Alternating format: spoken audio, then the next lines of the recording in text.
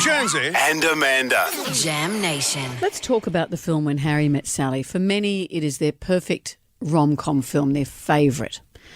But interestingly, recently the director Rob Reiner did an interview with CNN's Chris Wallace and spoke about how different the film may have been, in particular the ending of the film. Do you remember how the film ends? It's New Year's Eve. Harry and Sally, they'd been friends, and the whole premise was, can men and women be friends without it turning to feelings or turning to lust, whatever? So the two of them, they've been up, they've been down, they've hurt each other, their friendship has survived. What's going to happen? They're at a New Year's Eve party, and then this happens. I've been doing a lot of thinking, and the thing is, I love you. What? I love you. How do you expect me to respond to this? How about you love me too? How about I'm leaving? Doesn't what I said mean anything to you? I'm sorry, Harry. I know it's New Year's Eve. I know you're feeling lonely, but you just can't show up here, tell me you love me, and expect that to make everything all right. It doesn't work this way. Well, how does it work? I don't know, but not this way. How about this way? I love that you get cold when it's 71 degrees out. I love that it takes you an hour and a half to order a sandwich. I love that you get a little crinkle above your nose when you're looking at me like I'm nuts. I love that after I spend a day with you, I can still smell your perfume on my clothes. And I love that you are the last person I want to talk to before I go to sleep at night. And it's not because I'm lonely, and it's not because it's New Year's Eve. I came here tonight because when you realize you want to spend the rest of your life with somebody, you want the rest of your life to start as soon as possible. You see? That is just like you, Harry. You say things like that and you make it impossible for me to hate you.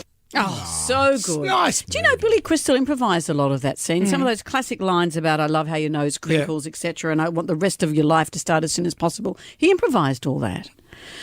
Well, that wasn't initially how the film was going to end. Rob Reiner says that he had broken up with his wife, who's Penny Marshall. Yep, that's right. From Laverne and Shirley. And he was feeling quite down about romance. And what he thought the film should be, and the ending that they'd filmed, was that the two of them catch up again after a number of years, talk to each other and walk away again. So that they have gone their separate ways, come back together, walk away again, and you're left wondering, will they ever get together? And the audiences, the test audiences, didn't like it. And that's exactly what happened in the movie The Break-Up. Remember that? Vince Vaughn and Jennifer Aniston? And it was exactly the same thing. And at the end of that movie, I went, oh. But they shouldn't have ended up together, I didn't think. Did this you? one, these two should. Yeah.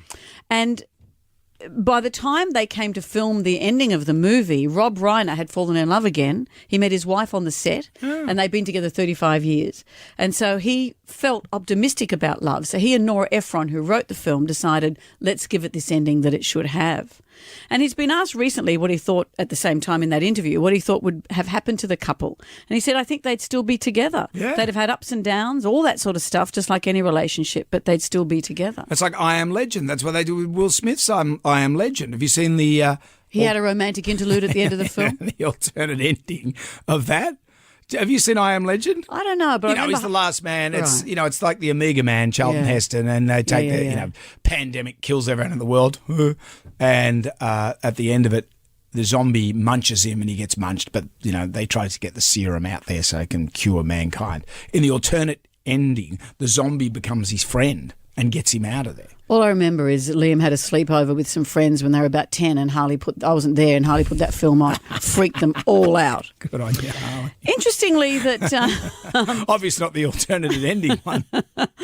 that Billy Crystal wasn't the first choice to play Harry. Michael Keaton turned it down. Tom Really? Hanks turned it down. Albert Brooks turned it down. Richard Dreyfuss did. Billy Crystal was a well-known comedic actor, but wasn't known as a lead for the romantic comedy. And also for Meg Ryan's character, Elizabeth McGovern was going to do it. Molly Ringwald had been considered. Helen Hunt, Meg Tilly, Susan Day from the Partridge Family, who was Yeah. also in... L.A. Law. LA Law, and they ended up, of course, with Meg. So interestingly, because Meg took on that role, she had been going to be in Steel Magnolias. So she stepped out of Steel Magnolias to play the role of Sally. Into Steel Magnolias steps little-known actress Julia Roberts. Whoa. Sliding doors. Who got that role?